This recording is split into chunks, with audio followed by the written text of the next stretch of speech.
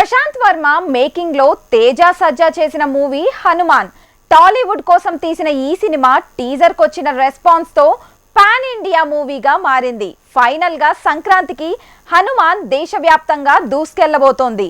మరి ఒక్కో మెట్టెక్కుతూ top directors league లోకి వెళ్లే ప్రయత్నం చేస్తున్న ప్రశాంత్ వర్మ హనుమాన్ బ్లెస్సింగ్ తో పాన్ ఇండియా హిట్ మెట్టెక్కుతాడా?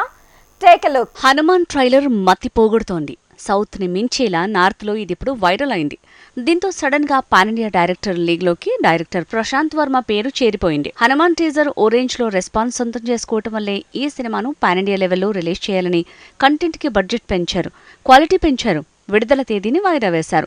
దీనికి తగ్గ ఫలితం ట్రైలర్ రెస్పాన్స్ తో తెలుస్తోంది. అయితే జాంబీరెడ్డి లాంటి హిట్ తో సెన్సేషన్ క్రియేట్ చేసిన ఈ కాంబో హిట్ ని కూడా కంటిన్యూ చేస్తుందా? ప్రశాంత్ వర్మ మొదటి నుంచి చిత్ర విచిత్రమైన స్టోరీ లైన్స్ తో షాక్ ఇస్తున్నాడు. ఆ నుంచి కల్కి వరకు తను ఎంచుకున్న ప్రతి ప్రాజెక్టు బాక్స్ ఆఫీస్ ని షేక్ చేస్తోంది.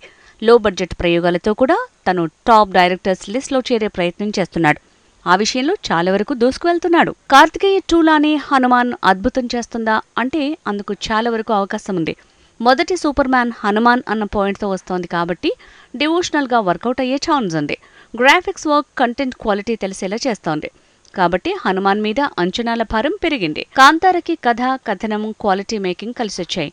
కార్తికేయ 2 బడ్జెట్ తక్కువైన కథా కథనాలు ప్లస్ అయ్యాయి. ఇక్కడ హనుమాన్ కి కూడా ఇవే కలిసొచ్చే అంశాలు. అందుకే ఇది హిట్ అయితే ప్రశాంత్ వర్మ స్ట్రైట్ గా పాన్ ఇండియా డైరెక్టర్స్ లీగ్ లో చేరిపోతాడు.